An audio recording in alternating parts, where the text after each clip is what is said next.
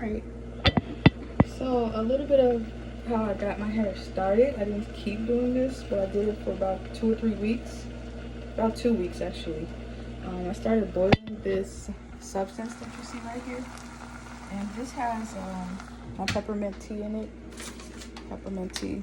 Okay, I opened up the bag and put it in there. Olive oil. Okay, extra virgin olive oil. Neem oil. Okay, 3. Okay, and then lavender, flower buds. These are actual flower buds in there. Some rosemary. Okay.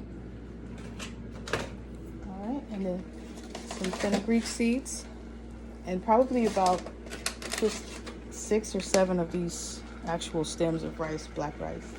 Now, the main 2 ingredients that people forget are this cayenne pepper. I know people don't want to hear that, and ground cinnamon. But for my hair type, it's doing wonders. Okay.